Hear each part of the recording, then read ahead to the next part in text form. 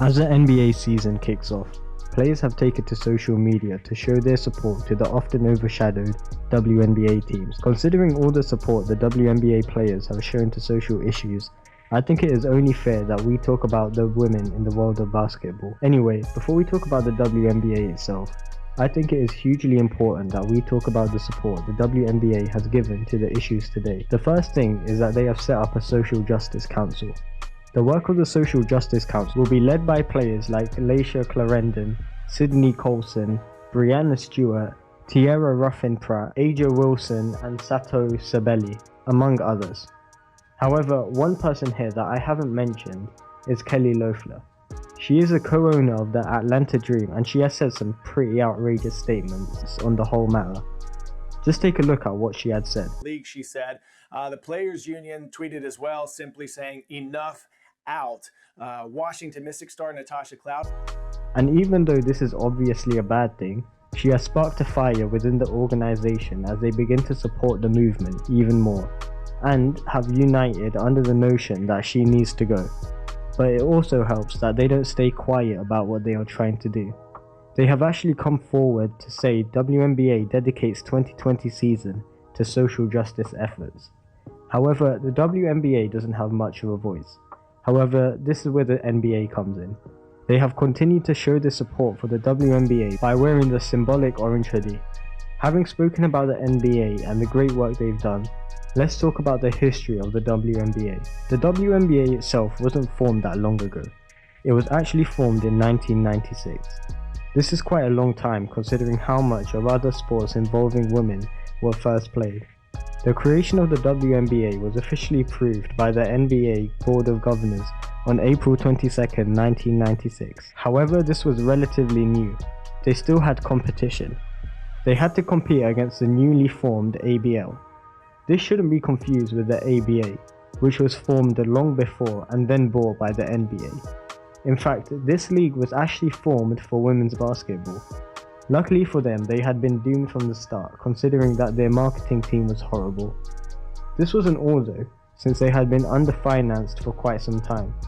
However, the ABL had lasted for an astounding 2 seasons. Why would they think they could come up against the giants of basketball? Regardless, the WNBA has started up with about 8 teams, whereas the NBA has started with 11.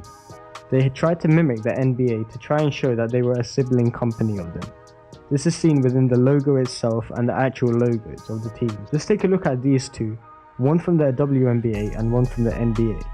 They look incredibly similar. As you know, I love facts, so let's talk about them. There are some pretty crazy and insane fights within the NBA, most noticeably the Malice in the Palace, which you can find about here. But there are still fights within the WNBA, a fight that had gotten 3 players ejected in one game.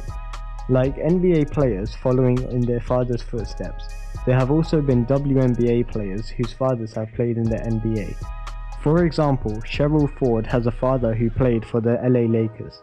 Most know him as Karl Malone. The longest champion streak is 8 by Bill Russell, but since then there have only ever been 3 peats. However, one time from 1997 to 2001, the Houston Comets managed to acquire 4 championships. The name Lisa Leslie may ring a bell for fans of the Orlando Magic, considering that she is an analyst for them. A few may know that she was a player in the WNBA, but only the elite WNBA fans know that she was the first woman to dunk in the league in 2002. Everyone knows that the WNBA doesn't get nearly enough love as the NBA, and there is a reason for that. Biologically, women are typically weaker than men. That's not to say that women are worse than men, but when it comes to a physical sport like basketball, then it starts to make a difference. Think about all the dunks that are being thrown down every game in the NBA. Players posterizing other players, making them look like fools. The dunk is synonymous with basketball, and without it, basketball just isn't the same. With the fact that women are shorter than men, it makes sense that WNBA players aren't throwing down dunks every other game. In fact, there have only ever been 21 throwdowns in the WNBA, but whether people understand it or not, people aren't going to pay for a game in which players shoot and score layups. But maybe a Curry fan might be interested in a WNBA game. After all, at their height, they should be star shooters. But this is where the WNBA has done them dirty. They moved the 3-point line a foot and a half closer. It's almost as if they are saying that WNBA players are worse than NBA players. That pretty much sums it up perfectly. People treat the WNBA as a sort of joke. The players are underpaid and they are often forgotten about. So I think for all the amazing work that they have done over the past few weeks, they deserve a little more respect. Thank you for watching, and if you did enjoy the video, make sure to leave a like and subscribe to the channel. Peace out.